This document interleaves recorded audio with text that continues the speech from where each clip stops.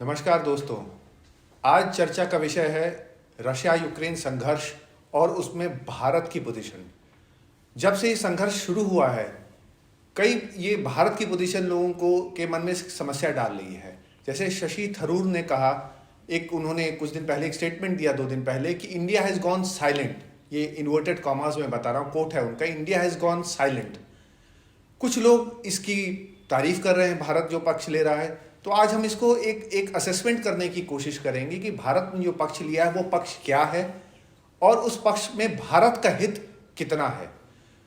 ये सारी बातें करने के पहले हमें ये जानना होगा कि ये यूनाइटेड नेशन सिक्योरिटी काउंसिल में जो एक रेजोल्यूशन अमेरिका ने स्पॉन्सर करके ले आया युद्ध के बाद, वो क्या था।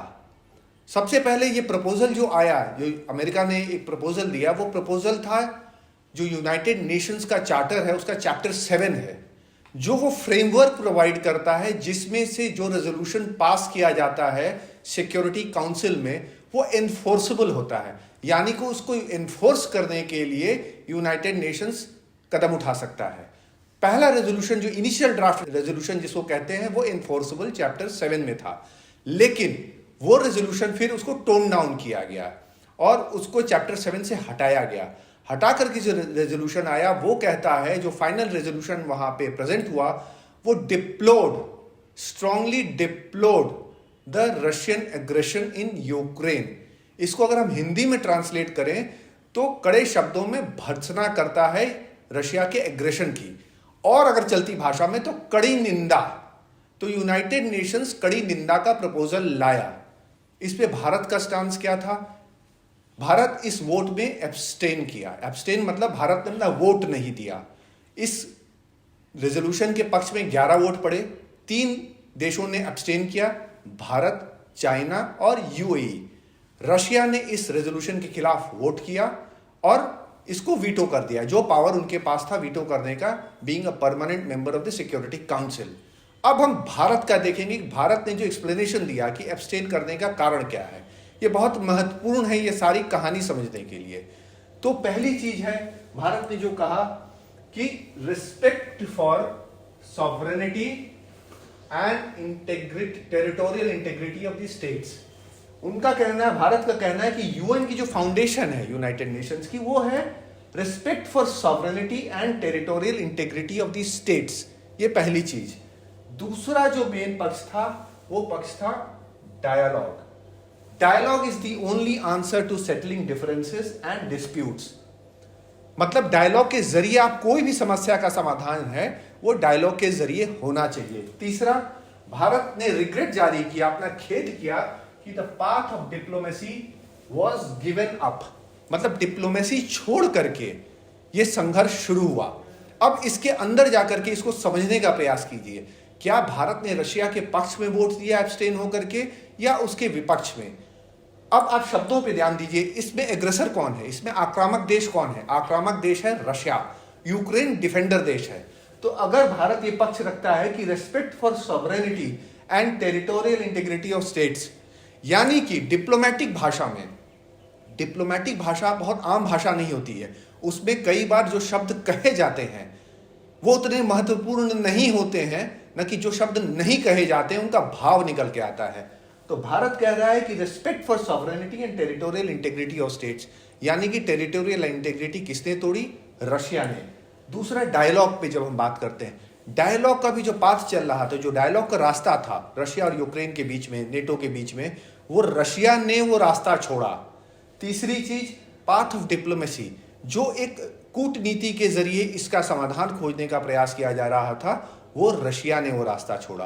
तो इनडायरेक्टली मैं कहूंगा भारत, रशिया के खिलाफ भारत ने वोट नहीं किया। एब्सटेन करके भारत ने एक सॉफ्ट तरीके से अपना विरोध जताया है रशिया की इस एग्रेशन पर। ये बहुत महत्वपूर्ण है इन चीनों का जानना। और जहां तक बात आती है, वेस्टर्न नेशंस कह रहे हैं कि भारत कंडेम क्यों नहीं कर रहा है। अब आप शब्दों को खुद ही देखिए। जब रेजोल्यूशन होता है डिप्लोर्ड इन द स्ट्रॉन्गेस्ट टर्म्स, भर्त्सना कर रहे हैं। भर्त्सना करने से समस्या का समाधान है? मेरे हिसाब से नहीं। यूएन चार्टर 7, जो चैप्टर 7 है यूएन चार्टर का, वहां से इस विषय को उठा के लेके आया जा रहा है एक डिप्लोरिंग, भर्त्सना वाली भाषा पे। इसका अर्थ कि अगर चैप्टर 7 में ये पास होता तो हो सकता है कि इन्फोर्समेंट के लिए मिलिट्री ऑप्शन यूज करना पड़ता। बिना मिलिट्री ऑप्शन के कोई युद्ध रोका नहीं जा सकता है। ये एक बहुत साफ है, दुनिया की पॉलिटिक्स ऐसे ही चलती है। तो इन्फोर्स करने के लिए मिलिट्री को इंट्रोडक्शन करना होता। सारे देश उनकी भर्त्सना तो बड़े कड़े शब्दों में कर रहे हैं, पर मिलिटरीली हेल्प करने के लिए कौन तैयार है? ये हम लोग एग्रेशन के बाद जो बाइडेन का स्टेटमेंट आया है, प्रेसिडेंट जो यूनाइटेड स्टेट्स के हैं, उन्होंने कहा no US troops to Ukraine but will defend every inch of NATO territory. ये बहुत साफ है कि कोई भी यूएस ट्रूप यूक्रेन में इन्वॉल्व होने नहीं जा रहा है। हाँ, वो नेटो की टेरिटरी को पूरी तरह से डिफेंड करने के लिए, उसकी रक्षा करने के लिए यूएस और नेटो पूरी तरह से कटिबद्ध है। अब यूक्रेन नेटो का पार्ट नहीं है, इसका मतलब यूक्रेन में कोई फोर्सेस डिप्लॉय कोई नहीं करने जा रहा है, ना यूएसए करने जा रहा है, ना नेटो करने जा रहा है। जबकि सारी समस्या की जड़ जो है वो आ रही है यूक्रेन जो नेटो का पार्ट होना चाहता है, और उसको लेकर के रशिया की जो असुरक्षा है, सारी समस्या की मूल जड़ वहीं पे है। लेकिन नेटो डिफेंड नहीं कर रहा है। नेटो हथियार देने को तैयार है, हथियार दे रहा है, लेकिन उन हथियारों से यूक्रेन की समस्या हल नहीं हो रही है। वो टोटली आउटनंबर्ड है रशिया से, और ज़्यादा दिन इस सारे प्रेशर को वो विथस्टैंड नहीं कर सकता है, जो कि बहुत साफ है। वो धीरे धीरे नेगोशिएशन के लिए भी तैयार हो रहा है फिर से। तो नेटो हथियार देगा, लड़ेगा नहीं आपके लिए।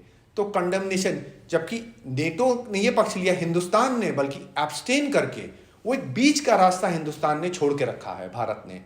ये राजनीति कि अगर हम एक स्टैंड ले लेंगे तो दोनों जो एक कॉन्फ्लिक्टिंग नेशन है जिनके बीच में संघर्ष चल रहा है, फिर उनके बीच में हमारी एक न्यूट्रल जो पोजीशन है, वो न्यूट्रल पोजीशन हमारी समाप्त हो जाएगी। फिर हम उस एक पक्ष के पार्ट हो जाएंगे, और जब आप एक पक्ष के पार्ट होते हैं तो कोई भी समझौता, कोई भी नेगोशिएशन में, कोई भी ये परिवारों में भी देखिए, अगर कोई व्यक्ति मध्यस्थ होने जाता है तो हम लोग किसको खोजते हैं? जो न्यूट्रल है इस समस्या से। अगर उसने पक्ष ले लिया तो वो न्यूट्रल नहीं बचा।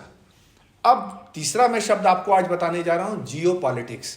ये बहुत जरूरी है क्योंकि हमारे आगे के टॉक और लेक्चर्स में भी शब्द आएंगे। अब जियो पॉलिटिक्स क्या होता है?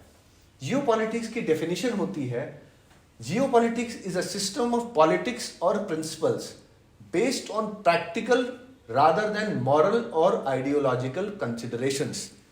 इसका भी अर्थ बहुत साफ है। दुनिया जो है, दुनिया की रीत, दुनिया की जियो पॉलिटिक्स जो है, वो हमारी मॉरलिटी, हमारे सिद्धांतों पे, हमारी आइडियोलॉजी पे नहीं चलती है। वो चलती है, हर देश अपना प्रैक्टिकल कंसिडरेशन रख करके देखता है कि उसका हित कहाँ है। जहां उसका हित होता है, चाहे मोरालिटी उसकी कहीं और हो, लेकिन जहां हित होता है कोई भी देश उसी के लिए ऑप्ट करता है। और ये आज का सिद्धांत नहीं है। रियल पॉलिटिक्स शब्द के एक तरह से जिसको कहिए फाउंडर थे बिस्मार्क। वो कहानी कभी और होगी, बट उन्होंने इस शब्द को, जो चांसलर थे बिस्मार्क जर्मनी के, वो ये शब्द उनका लाया हुआ एक तरह से, जहां राष्ट्रहित पहले है, बाकी हित बाद में है। तो रियल पॉलिटिक्स, अब रियल पॉलिटिक्स का यहां क्या स्थान? ये स्थान यही है कि आज की तारीख में भारत के संबंध रशिया से और अमेरिका से, दोनों से बराबर इंपॉर्टेंट है। रशिया हमारा बहुत पुराना स्ट्रेटेजिक पार्टनर है और उतना ही रिलायबल आर्म्स सप्लायर है। आज भी अगर S-400 मिसाइल सिस्टम को देखा जाए, न्यूक्लियर सबमरीन की लीजिंग को देखा जाए, AK सीरीज की वेपन्स को देखा जाए, रशिया हमको हमेशा सपोर्ट करता रहा है। लेकिन पिछले 5-7 सालों में भारत और अमेरिका के जो डिफेंस की जो एक आपस की अंडरस्टैंडिंग, वो बहुत पहले से सुधरी है। हमारा एक इंस्टीट्यूशनल एग्रीमेंट हो चुके हैं, 4-5 हो चुके हैं अमेरिका के साथ, जिसमें भारत को अमेरिका जियो स्पेशियल डाटा शेयर करता है, वो हमसे अपनी इंटेलिजेंस शेयर करता है, अपने डिफेंस सिस्टम को हमको एक्सेस देता है अपने डिफेंस सिस्टम के लिए, और उसके अलावा हम बहुत हथियार अमेरिका से भी खरीद रहे हैं।